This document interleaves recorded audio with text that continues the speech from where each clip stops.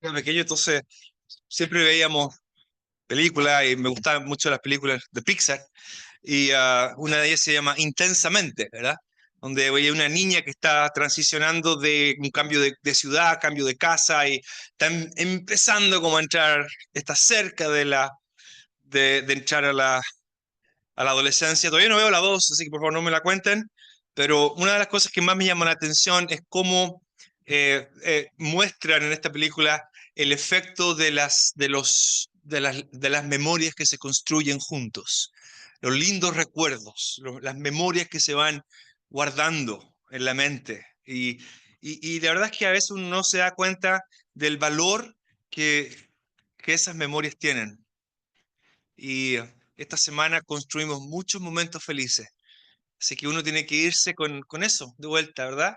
Con un sobrepeso, ¿verdad? Si tuvieras que pesar las maletas, lo más probable es que estarían con sobrepeso por la calidad de los recuerdos que llevo. Así que gracias por todo su cariño que siempre nos muestran. Y esta mañana vamos a continuar con lo que introdujimos la semana pasada. Hay un tipo de literatura en la Biblia que se conoce como literatura sapiencial, literatura de sabiduría. Son escritos eh, básicamente 4 libros que encontramos en el Antiguo Testamento, donde uno de los temas centrales o el tema central se asocia con la sabiduría. Hay de estos 4 libros se dividen en 2 categorías, ¿verdad? Proverbios y Cantar de los Cantares se pueden categorizar dentro de lo que se conoce como una sabiduría práctica, también pedagógica, formativa. Eh, Hay mucha instrucción que tiene como propósito formar eh, a un niño, a un joven. En caso de Cantar de los Cantares, es un libro que tiene que ver con formar y con enseñar en cuanto a la ética del matrimonio y la familia, etcétera. Pero después tenemos otros 2 libros que son el libro de Job y el libro de Eclesiastés. Y esos 2 libros se pueden categorizar como parte de lo que se conoce como eh, eh, sabiduría especulativa. Especulativa en el sentido de que esta clase de sabiduría lo que hace es hacer preguntas difíciles, enfrentar situaciones difíciles, preguntas que no son sencillas de responder e incluso hay preguntas que van a quedar sin respuesta. Y está bien, está bien. No siempre vamos a poder saber todo, muchas veces no vamos a saber lo que queremos saber y no es necesario saber todo. ¿Ok? No es necesario saber todo.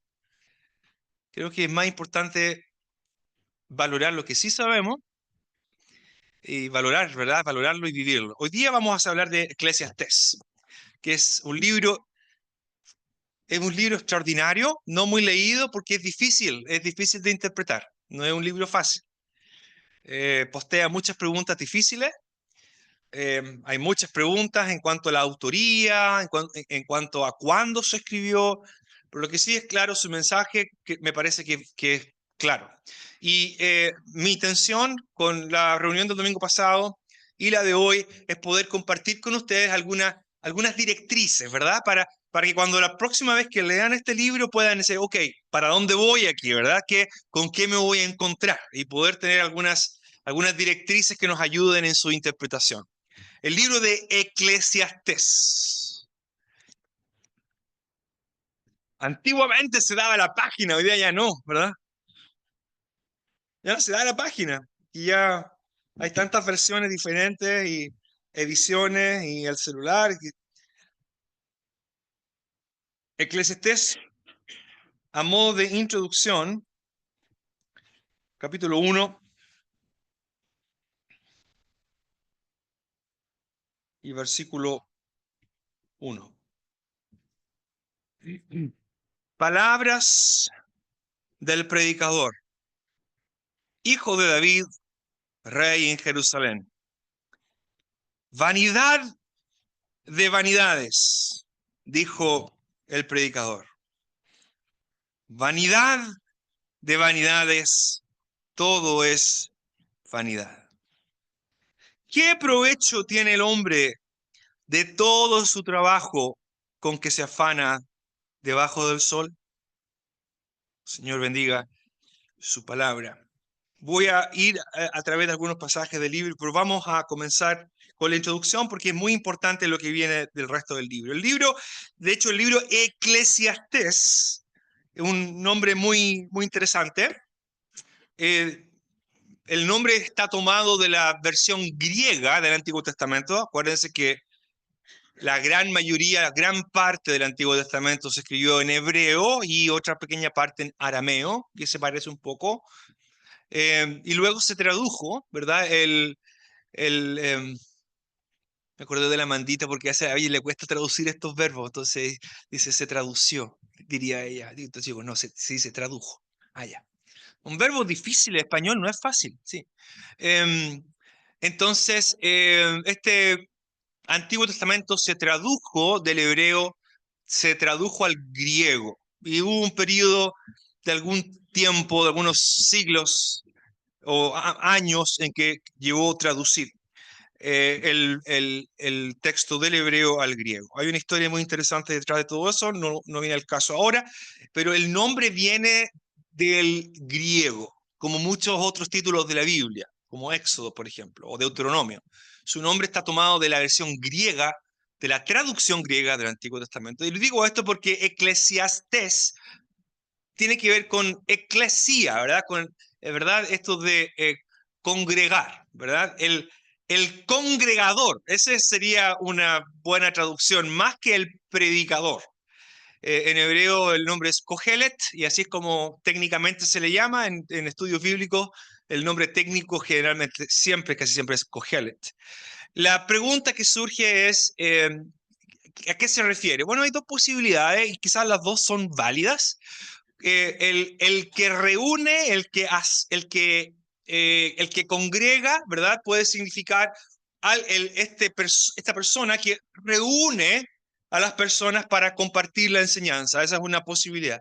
En vista de que es un libro sapiencial y tiene como propósito entregar información, entregar enseñanza, como dice al final del libro, ¿verdad? Dice que el Kohelet se esforzó en encontrar las mejores palabras para poder transmitir lo que iba a decir. Así que una posibilidad es que el significado apunte a la función del que está enseñando, reunir y enseñar.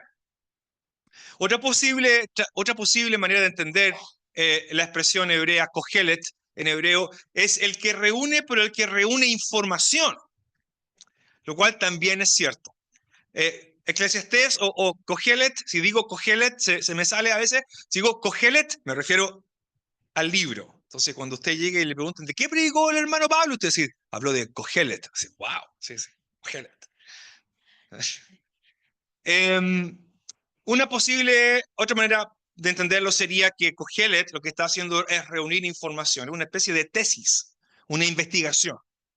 Y esto también es válido. Y hoy día la verdad es que las dos cosas son ciertas. Él está haciendo una investigación, está investigando, quiere contestar una pregunta, y cualquier persona que ha escrito una tesis o está escribiendo una tesis sabe que una tesis requiere mucha investigación, observación, observar, recabar, pensar, pero también una tesis requiere límites claros, ¿verdad?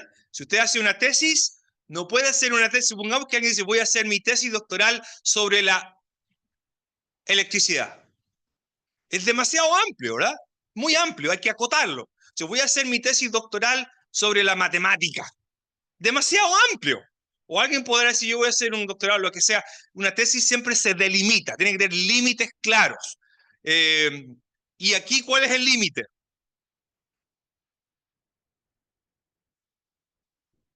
Kohelet nos da el límite, el espectro de su investigación. ¿Cuál es el límite? ¿Ah? No, el espectro, los límites de su investigación, debajo del sol.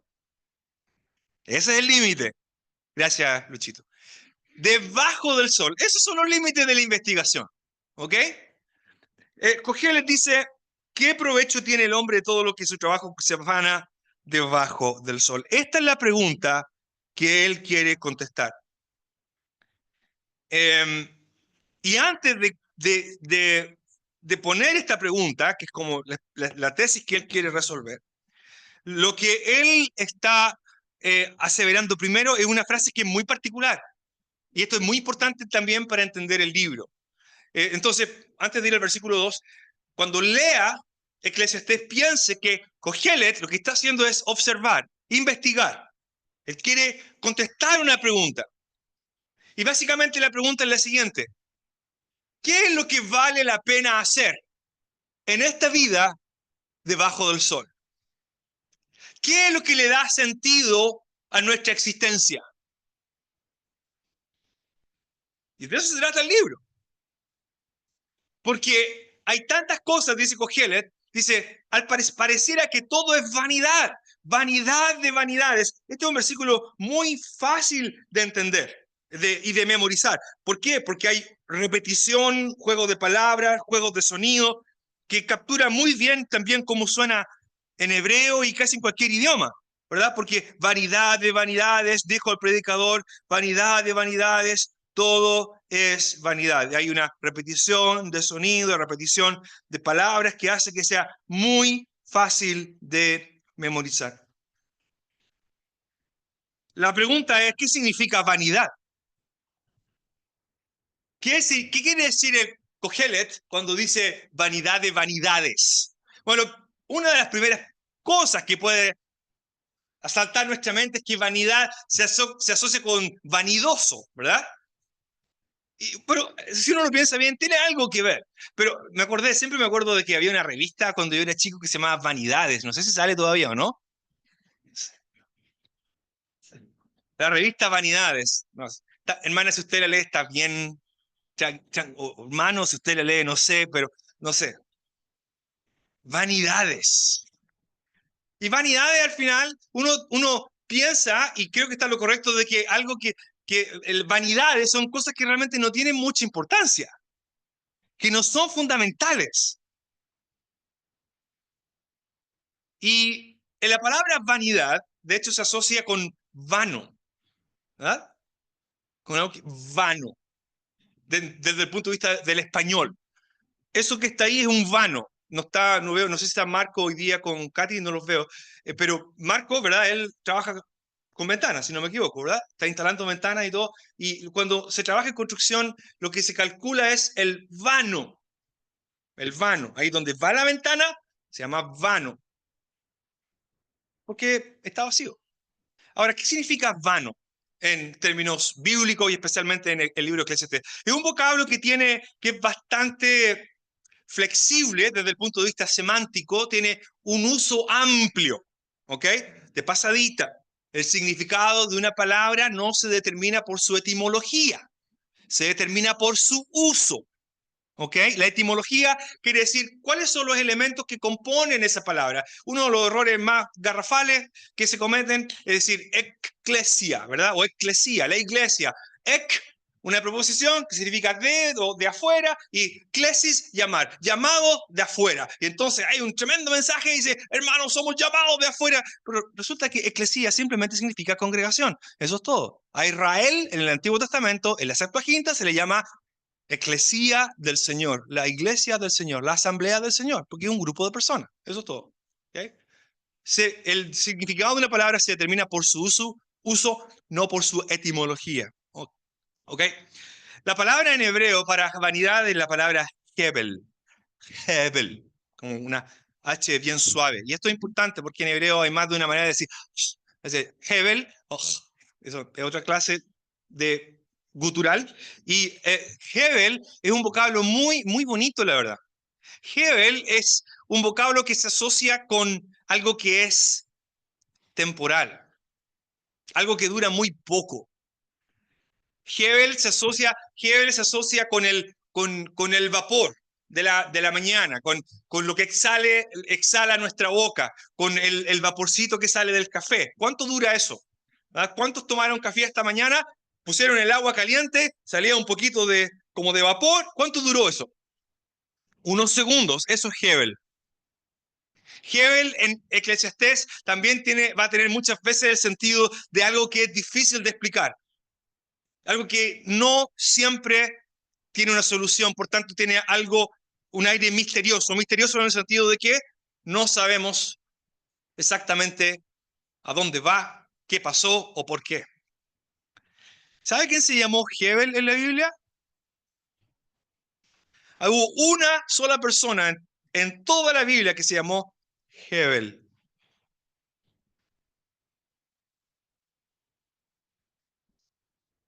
Me encanta cuando no, yo les puedo compartir algo y no lo saben. Me encanta eso. Es probable que alguien sepa, pero me encanta, me encanta. ¿Sabe quién se llamó así? El segundo hijo nacido en este mundo, Abel. Ese es el nombre. Su nombre es Hebel. Se escribe exactamente igual.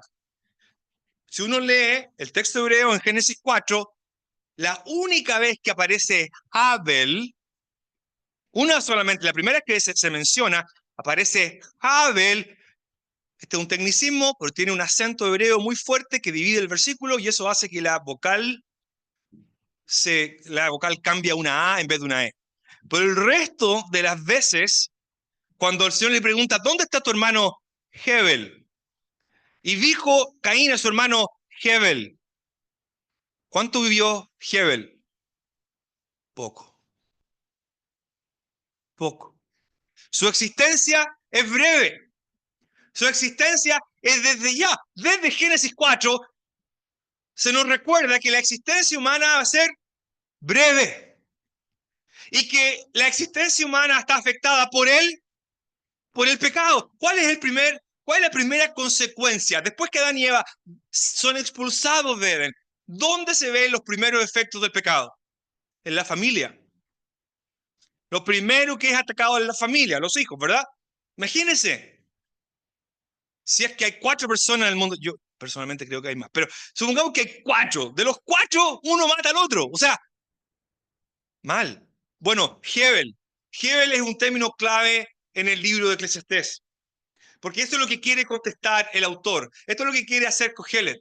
Kohelet está diciendo, todo parece tan breve, todo parece sin sentido, todo parece sin propósito alguno, parece como algo que se ve como si fuera algo que aparece y rápidamente desaparece. ¿Qué es lo que vale la pena hacer mientras estamos debajo del sol? Esa es una pregunta que sigue siendo válida hasta el día de hoy. ¿Qué es lo que vale la pena hacer? Ahí están los niños, van al colegio. Ya, no sé cómo, no sé realmente. Bueno, creo que pasa en todas partes, ¿verdad? Eh, Me acuerdo cuando la Mandita lo fuimos a probar a un colegio aquí cerca donde nosotros vivíamos cuando estábamos en Concepción. Y la profesora, ¿tendría cuántos? ¿5 años? 4 o 5 años, y la tía dijo que ella iba a tener problemas porque no iba a poder decir cosas en el futuro. Porque no siguió las instrucciones, no cortó, claro, la Mandita se aburrió y lo dejó ahí. Ah. Hoy día se enfoca mucho en que los niños sepan de chiquititos, ¿verdad? ¿Qué es lo que tienen que hacer cuando grandes, ¿verdad? Y es normal, y a todos nos preguntan qué quiere ser cuando grande, y eso no está mal, pero el punto es que muchas veces, incluso hay orientadores, ¿verdad? En el colegio hay orientadores, a veces les llamamos en el colegio desorientadores porque no ayudaba mucho. Bueno, ¿qué es lo que vale la pena hacer en este mundo? ¿Cuál es el gran problema en Eclesiastés? ¿Cuál es el gran enemigo? Acuérdense que el ámbito de estudio es debajo del sol. Y debajo del sol pasan muchas cosas que para Kohelet son difíciles de explicar. Pero hay algo que le molesta profundamente a Kohelet. Es lo que lo perturba y es lo que lo motiva a preguntarse, ¿qué es lo que vale la pena hacer? ¿Qué es lo que es? Básicamente 2 cosas. Número 1 es la muerte. La muerte. La muerte va a llegarle a todos, sí o sí. Sí o sí, bueno, los creyentes podemos tener otra esperanza hoy día, pero en términos reales y prácticos, estrictamente hablando, todos deberíamos morir, estrictamente hablando, ¿verdad? Si alguien viene aquí y explota una bomba, todos morimos. La muerte le va a llegar a todos, sin igual, sea rico, sea pobre, sea importante o no sea importante. sea alguien sin ninguna clase de preponderancia en lo social, o como alguien que tenga mucho efecto y mucha influencia en el mundo. La muerte puede llegarle a todos por igual. No hay diferencia. Entonces la pregunta que se va a hacer Kohelet, cuando él dice vanidades, vanidades, dijo el predicador, vanidades, vanidades, todo es vanidad. ¿Qué provecho? ¿Cuál es la ganancia que tiene el hombre de todo su trabajo con que se afana debajo del sol? ¿Qué es lo que puedo hacer mientras estoy debajo del sol que yo pueda decir al final, esto valió la pena hacer? Esa es una de las cosas que él quiere contestar. Y otra, por supuesto, muy importante, cuando él empiece a evaluar ciertas cosas, como por ejemplo lo que se dice a veces comúnmente las injusticias de la vida, ¿verdad? ¿Por qué pasan estas cosas? Esto también es vanidad. Esto es un misterio. Si leemos un poquito más abajo, por ejemplo, a la luz de eso, es que tenemos que leer todo el libro, a la luz de esta verdad que aparece al inicio del libro.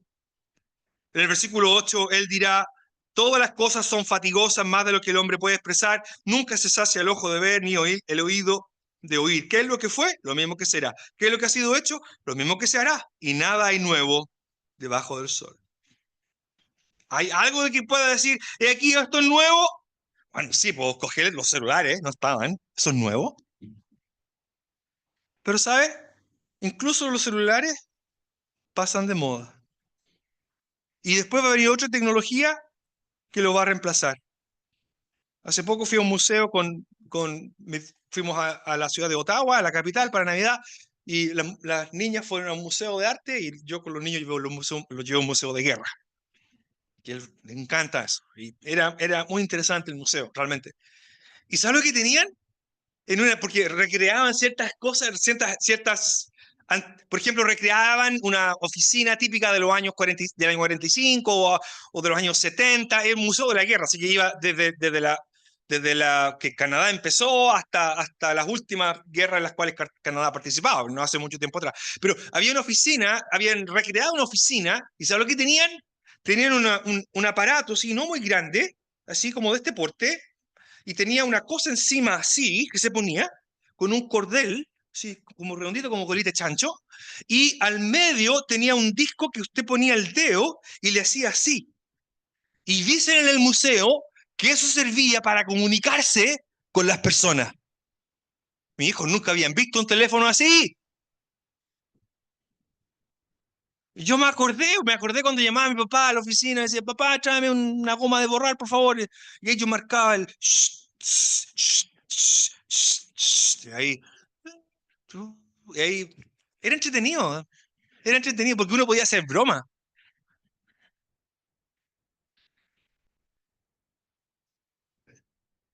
¿Está Tina?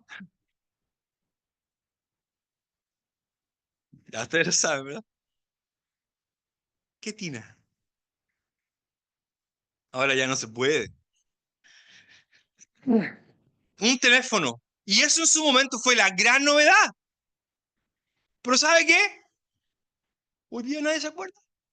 Ni siquiera saben qué es lo que es. Eso es lo que Cogelet quiere decir. El tiempo, la muerte, hace que las cosas vayan quedando siendo olvidadas. No hay nada nuevo realmente. Ese ciclo de nacer, crecer, vivir y morir sigue sin cesar.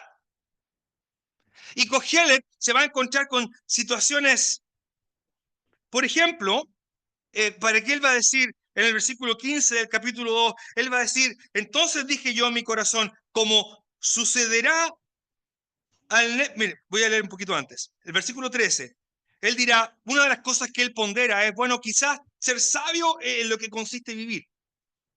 Eso le da sentido a la existencia debajo del sol. Ser súper sabio. Me voy a esforzar por ser el más sabio de todos los sabios. Si fue Salomón, el escritor, yo creo que no fue Salomón, pero hay división, está bien. Para efectos de esta reunión, Salomón. Si Salomón lo escribió, bueno, ustedes conocen la historia, ¿verdad? El versículo 13 dice el escritor: he visto que la sabiduría sobrepasa la necedad como la luz de las tinieblas. Es muy buena la sabiduría, es muy buena. Pero ¿en eso consiste vivir debajo del sol? El 14, el sabio tiene sus ojos en su cabeza, mas el necio anda en tinieblas. Pero también entendí yo que un mismo suceso acontecerá al uno como al otro. ¿Cuál es el suceso que le acontecerá tanto al uno como al otro? Van a morir igual. El necio se muere y el sabio se muere. Cogelet dice, bueno, entonces, claro, hay ciertas ventajas, pero ¿sabes qué? Igual va a morir. Igual va a dejar de existir. Luego dice el 15, entonces dije yo a mi corazón, como sucederá al necio, me sucederá también a mí. ¿Para qué pues he trabajado hasta ahora? Para hacerme más sabio. Y dije en mi corazón que esto también era Hebel. Porque ni del sabio ni del necio habrá memoria para siempre, pues en los días venideros ya todo será olvidado y también morirá el sabio como el necio. Aborrecí, por tanto, la vida, porque la obra que se hace debajo del sol me era fastidiosa, por cuanto es vanidad y aflicción de espíritu. Asimismo aborrecí todo mi trabajo que había hecho debajo del sol, el cual tendré que dejar a otro que vendrá después de mí. Y quién sabe si será sabio o necio el que se enseñoreará de todo mi trabajo en que yo me afané y en que en que me ocupé debajo del sol mi sabiduría. Esto también es vanidad. ¿Qué está diciendo el Cogelet? Dice, bueno, me esforcé, trabajé, gané, acumulé, me hice un nombre y me voy a morir y no tengo idea quién va a venir detrás mío y capaz que lo eche a perder en una semana. Tanto trabajo, tanto esfuerzo y no tengo idea si es que va a venir detrás mío, lo va a malograr. Vanidad de vanidades, dice el predicador. Entonces, ¿en eso consiste la vida? ¿Esto es lo que le da sentido a la vida? El libro parte con esta investigación donde el Cogelet dice, bueno, dice, voy a investigar, en el versículo 3, y le dice del capítulo 2, propuse en mi corazón agasajar mi carne con vino y que anduviese mi corazón con sabiduría, con retención de la necedad, hasta ver cuál fuese el bien de los hijos de los hombres en el cual se ocuparan debajo del cielo todos los días de su vida. Quizás aquí está el sentido de la vida, dice Cogelet. Engrandecí mis obras, edifiqué para mi casa, un empresario exitoso, planté para mí viña, empresario del vino, diríamos hoy día, me hice huertos, jardines, esto es el Medio Oriente, ¿verdad? Hay que trabajar mucho, se necesitan muchos recursos para generar esta clase de recursos. Compré en el 6, me hice estanques de agua. Eso también requiere mucho trabajo, mucha inversión. Compré siervos, siervas, tuve siervos nacidos en casa, etcétera, etcétera. Me amontoné plata, oro, tesoros preciosos de reyes de provincia. Me hice de cantores, de cantora. Fui engrandecido, dice el versículo 9, y aumentado más que todos los que fueron antes de mí en Jerusalén. El versículo 10, no negué a mis ojos ninguna cosa que desearan, ni aparté mi corazón de placer alguno, porque mi corazón gozó de todo mi trabajo y esta fue parte de toda mi faena. Miré luego yo todas las cosas que había hecho mis manos y el trabajo que tomé para hacerlas. Y aquí todo era vanidad. Entonces alguien pensará, bueno, aquí esto es lo que tiene sentido de la vida. La vida consiste en que tú realices tus sueños. Persigue tus sueños. Sigue tu corazón. Lo importante es que tú te autorrealices. Bueno, ya lo hizo alguien. Y su conclusión fue, Hebel. Es Hebel. Logré todo. Logré todo lo que un ser humano querría lograr. Fama, fortuna, abundancia de recursos, todo lo que alguien quisiera tener hoy día. Y sin embargo, la conclusión final fue, es Hebel. No me lo puedo llevar. De hecho, en alguna parte en Cogelet, él dice, bueno, me voy a ir y no me puedo llevar nada. Llegué desnudo, me voy desnudo, así me vuelvo al polvo. Eclesiastés nos va a recordar que el sentido de la vida no es la autorrealización, que el propósito de nuestra existencia no debería estar centrada en nosotros mismos, sino más bien centrada en Dios. Esa es la gran conclusión del libro. Me adelanté un poco. Kohelet se da cuenta que debajo del sol las cosas funcionan de una manera difícil de explicar. Como por ejemplo lo que ya acabamos de mencionar. En otras partes, porque el tiempo va avanzando, él va a hablar, por ejemplo, de que hay injusticias, ¿verdad? ¿Por qué ocurre esto? Dice en el versículo 19 del capítulo 3, porque lo que le sucede a los hijos de los hombres y lo que sucede a las bestias, un mismo suceso es, como mueren los unos, así mueren los otros. Y una misma respiración tienen todos, ni tiene más el hombre que la bestia, porque todo es vanidad. Todo va a un mismo lugar, todo es hecho del polvo y todo volverá al mismo polvo. Los animales también se mueren. Y de hecho, en alguna parte, Kohelet dice sí, este versículo es uno de los favoritos de uno de mis hijos, decía en el capítulo 9, versículo 4, aún hay esperanza para todo el que está entre los vivos, porque mejor es perro vivo que león muerto. Mejor es perro vivo que león muerto. León muerto se murió, po. Oye, mejor ser un chihuahua ahí bien, pero vivo. Todavía hay posibilidad, todavía se pueden hacer cosas. ¿Es mejor estar vivo, dice Kohelet, que estar muerto? Por supuesto que sí. Kohelet entonces va a abordar todos estos temas difíciles. Una de las cosas que él va a incentivar al lector es que recuerde que existir debajo del sol significa quedar delimitado bajo los límites que Dios estableció. Dios va a permitir esas cosas, son parte de nuestra existencia. Vivir debajo del sol significa que vamos a encontrarnos con cosas que son difíciles de contestar, con cosas injustas incluso.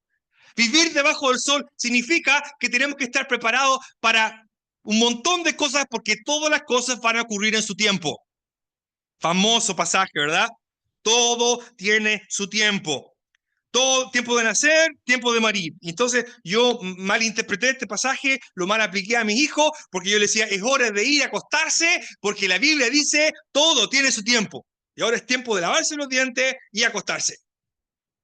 Una mala aplicación, mala interpretación del texto. ¿Qué significa este pasaje? Significa que durante nuestra existencia debajo del sol tenemos que estar preparados para cualquier clase de evento en cualquier momento de la vida, porque siempre ha sido así y así será. Vamos a enfrentar la muerte, vamos a enfrentar la muerte de un ser querido, vamos a enfrentar problemas, vamos a enfrentar circunstancias difíciles, vamos a enfrentar muchos momentos de felicidad, vamos a enfrentar momentos de tristeza, todo eso es parte de la existencia humana y hay que aceptarlo, porque esos son los límites que Dios puso para nuestra vida. En lo que Kohelet concierne, él dirá que en un sentido, la existencia debajo del sol es como un árbol torcido que no se puede enderezar. Lo dice en el capítulo 1, versículo 15. Lo torcido no se puede enderezar y lo incompleto no puede contarse. Es un mundo imperfecto. Es como un árbol torcido. A muchas personas no les gusta este libro porque lo encuentran un poco depresivo. Un poco triste, no voy a leer, me voy a saltar Eclesiastés porque es como que me da pena. Pero ¿sabes lo que es Eclesiastés? Eclesiastés es un llamado urgente a que consideremos de manera seria nuestra realidad. Esta es nuestra realidad. No sacamos nada con maquillarla. No estamos en un reality show. Es vida que incluye momentos tristes y momentos felices, momentos fáciles y momentos difíciles. Todo está incluido y hay mucha injusticia. Esto no es justo, dirá alguien, no es justo. Hay muchísimas cosas que no son justas. Es como un árbol torcido que no se puede enderezar. Claro, los creyentes tenemos un poquito más de teología que Kohelet y miramos para el futuro y tenemos una esperanza viva, como dice Pedro, ¿verdad? Gracias a Dios por ello. Pero en la mañana salí, mientras estaba ahí preparando para salir, me fijé, hay dos árboles al frente en la casa de mi papá, hay dos árboles que están ahí hace 20 años y ahora están muy grandes, y uno está chueco, ¿cierto? El del vecino, dice él. No, está en el estacionamiento, está ahí. Ok, el árbol está chueco y es grande. ¿Hay algo que se puede hacer? Bueno, ahí se saca el árbol y se planta otro, sí, pero ¿se puede enderezar? Capaz que se puede. Hoy día hay tanta tecnología que capaz que se puede, porque ¿sabes cuántos millones va a costar? El punto es que nadie se preocupa de eso, pero esto fue lo que pensé. Incluso un árbol torcido da sombra. E incluso en lo torcido y lo difícil de este mundo, aún podemos encontrar cosas lindas que Dios nos dejó. Y de eso habla Cogelet también. Cogelet va a mencionar aquellas cosas que Dios nos dejó para que nos gocemos en esas cosas, como un regalo de Él.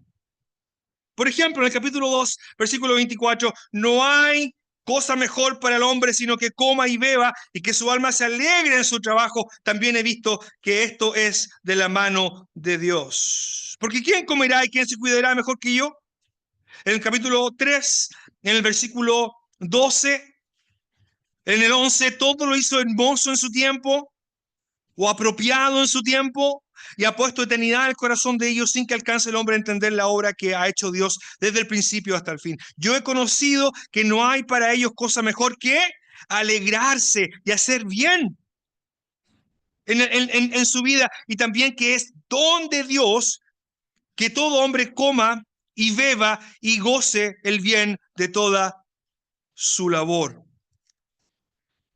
Más adelante dirá en el capítulo 5, versículo 18, he aquí pues el bien que yo he visto, que lo bueno es comer y beber. Eclesiastés habla un montón de comer y beber. Comer y beber y gozar uno del bien de todo su trabajo con que se fatiga debajo del sol todos los días de su vida que Dios le ha dado, porque esta es su parte.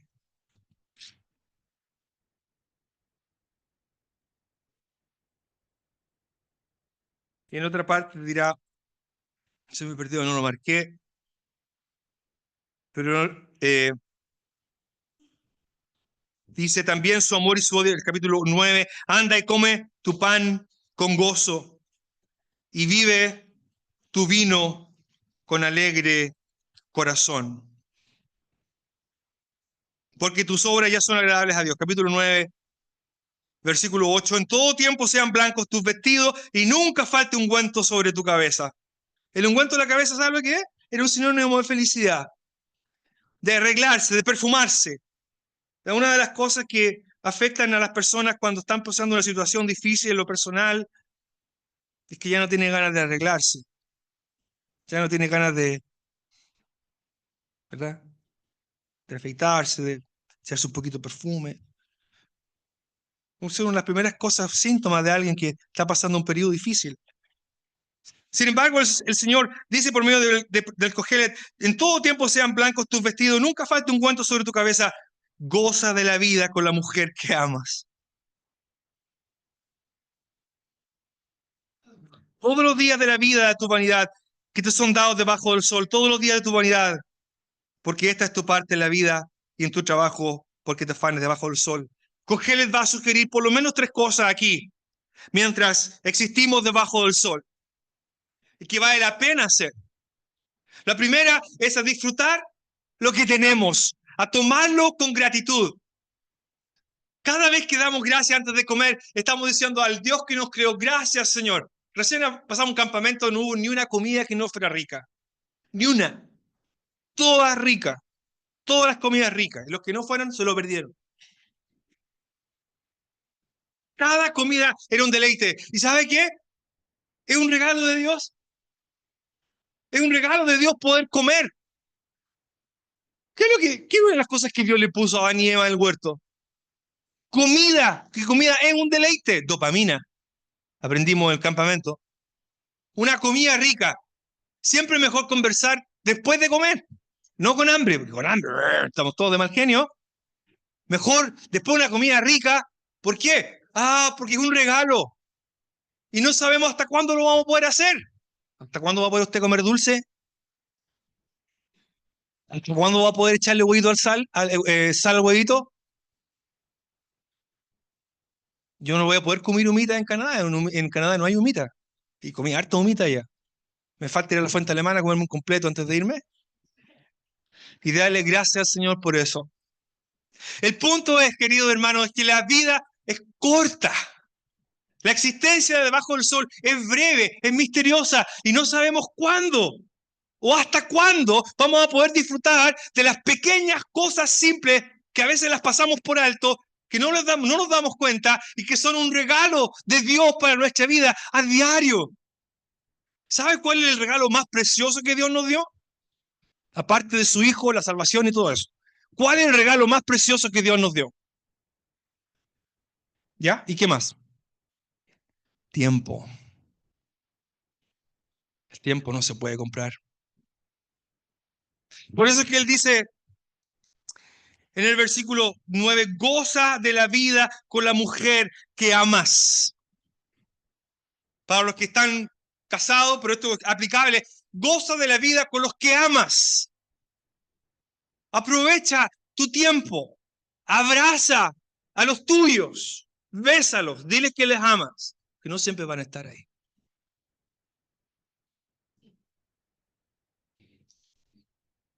El tiempo pasa. Y esto es algo que Dios nos dejó, algo bueno, es un regalo. Hay que aprovecharlo. A veces no a veces. Yo creo que el 99% nos enojamos por pura lesera, pura lesera. Estamos perdiendo tiempo, no lo podemos recuperar, ese tiempo ya se fue, no lo podemos recuperar. Y después se va a morir el cónyuge y dice, mi viejito, mi viejita, el que lo echaba de menos, mi amigo, y ¿por qué no le dije más? Bueno, hágalo ahora, dígalo hoy día que lo ama, que lo quiere. Uy, ojalá lo pudiera haber abrazado más, hágalo hoy día, ahora, porque no sabemos cuánto tiempo vamos a poder hacer, ¿verdad? ¿Qué es la otra cosa? ¿Me dan 5 minutos? Ya, gracias. Porque el tiempo pasa.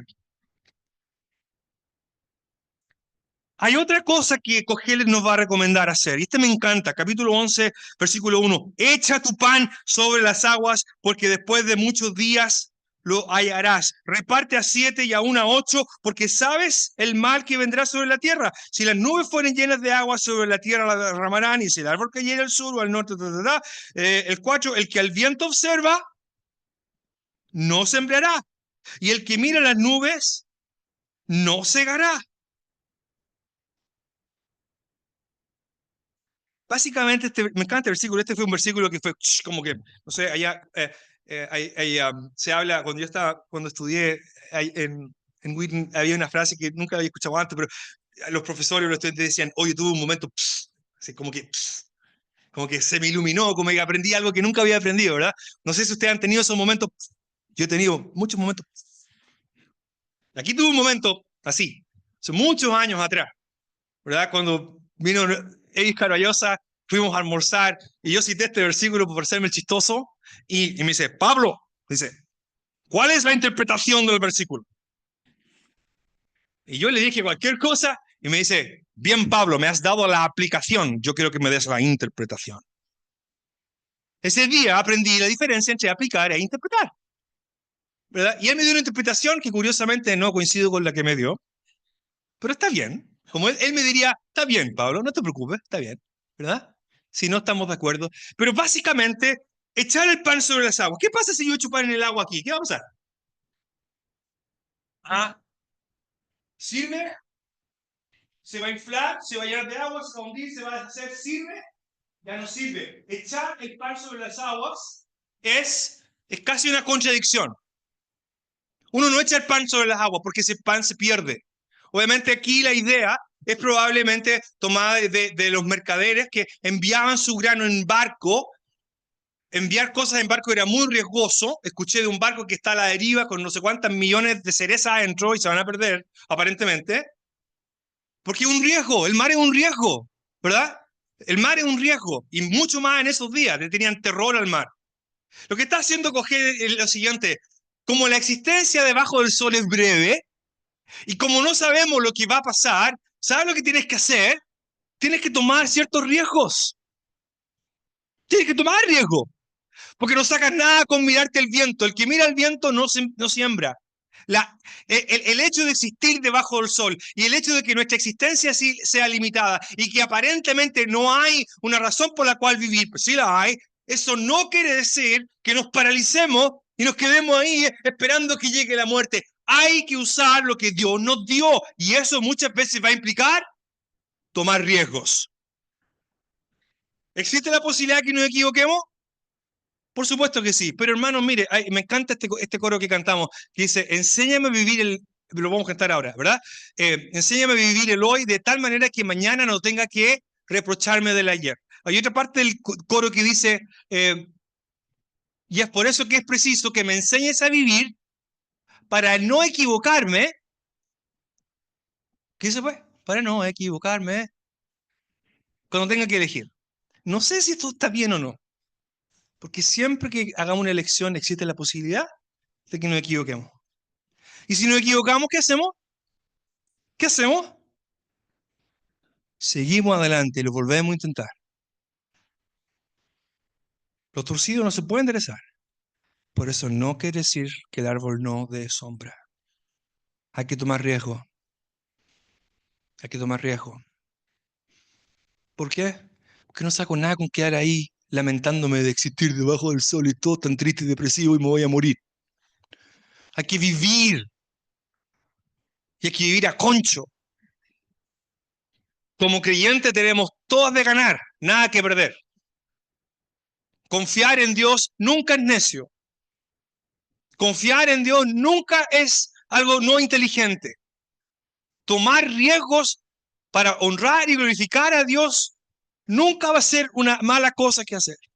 Nunca. Así que echa tu pan sobre las aguas.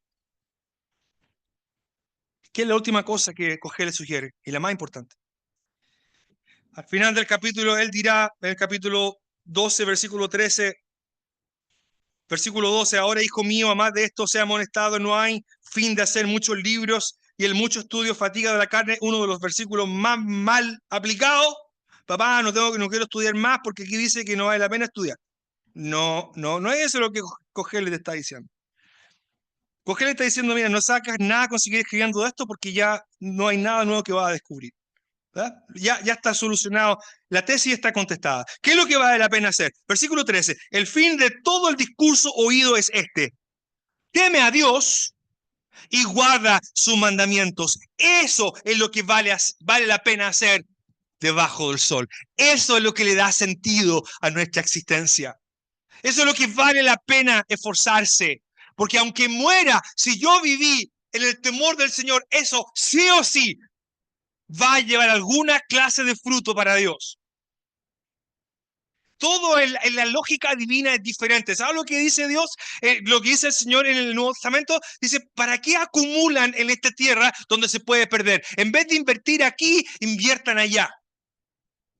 Inviertan en el cielo, donde no hay ladrón que entre, donde nada se corrompe. Inviertan en el banco del cielo. Inviertan en las cosas celestiales. Inviertan en las cosas que valen la pena.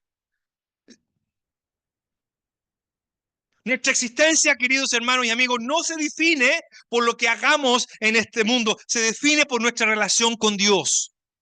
Y usted puede hacer lo que usted quiera en este mundo y todo lo que usted haga puede ser algo que Dios ocupe y que le dé sentido por lo cual usted está aquí.